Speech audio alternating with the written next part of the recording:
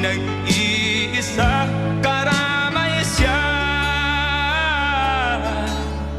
Oh, oh. Ang ibon sa kaparangan,